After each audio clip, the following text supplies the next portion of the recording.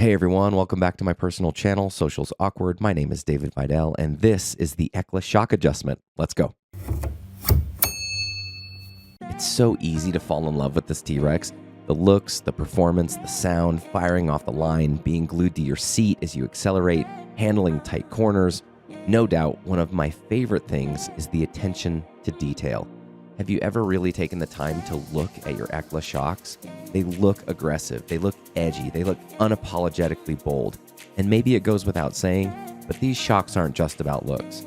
In fact, they only look the way they do because they were designed for specific performance needs. Recently, and at the encouragement of my friend Todd, I started playing with the different shock adjustments built into these thoughtfully designed parts. Before you continue, pause this video and watch Todd's video called Campagna TRex Elka shock adjustment. I'll link to it in the description below. Go ahead, I'll wait. 2 hours later. Welcome back.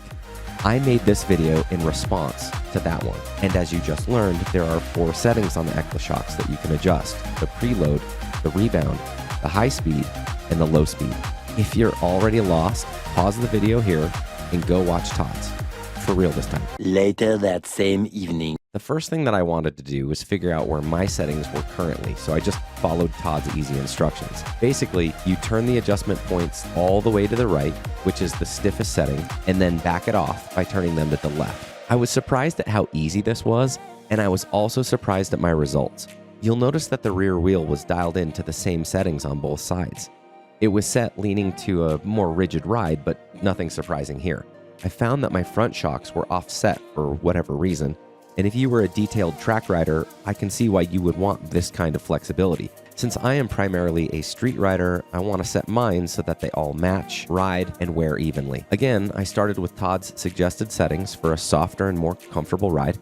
Leaving the preload alone, I adjusted the rebound to half and the high and low speed just 3 clicks down from their softest settings. And now, it was finally time for a test run.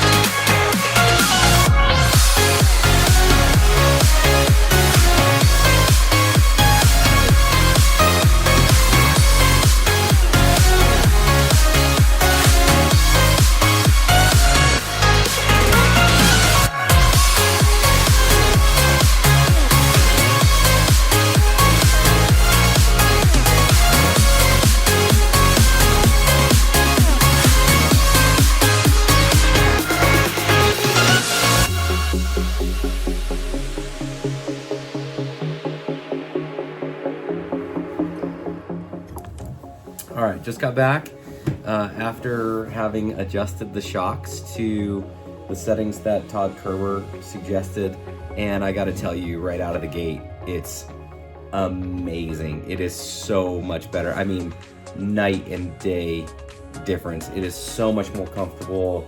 The ride was so much more enjoyable. I definitely found that there was a pocket to ride in.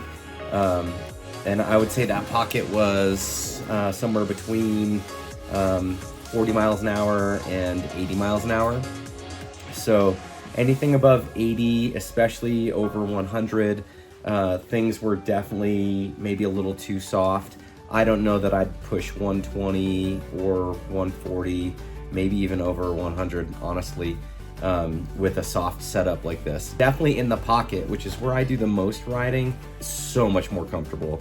If I was gonna take this out on the track, I would definitely adjust the shocks and make them much stiffer. So thank you so much, Todd, for doing the research. He told me that he did it just by trial and error. He'd just make an adjustment and then go out, come back in, make an adjustment and go out, come back in. And so we all get to benefit from his experimenting and his boldness in changing the setup. I don't know that I would have changed mine. I don't know if I would have messed with my settings. I would have been maybe too nervous to do that, not exactly knowing how to make those adjustments, but they are there, and man, you paid for them. They're part of the package, and you can really just make this a bespoke riding experience every single time by changing these little things, your KTRC, your power mode settings, now the shock adjustments. I'm just blown away by these machines. I love them. If you're watching this video and you're not sure if you want to change your settings, I highly recommend. I wish I would have tinkered with these sooner.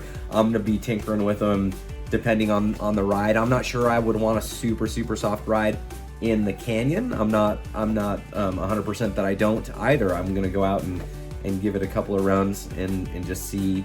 I think just for like everyday riding, you're just cruising around the city or cruising around your town, staying in that pocket, these settings are really comfortable. I'm having a ton of fun on the TRex, and as much as I love all the cool add-ons that you see out there like paint and wraps and lights and stereos, I really enjoy how you can take a deep dive into the actual ride experience, that you can change and modify and enhance the performance and the feeling of the ride itself. It gives you a very unique sense of connection as the road, the machine, and the rider all come together in chorus and harmony, and you can completely lose yourself in it. For a few brief moments, you can completely escape the stress of the day. Make sure to comment below and tell us how you set your Elka shocks. Do you like a stiff ride or a soft ride, or do you change your shock settings depending on your ride agenda? Again, I want to give a big thank you to Todd Kerber. Make sure you subscribe to his channel, and remember, be nice and ride safely. I'll see you out there.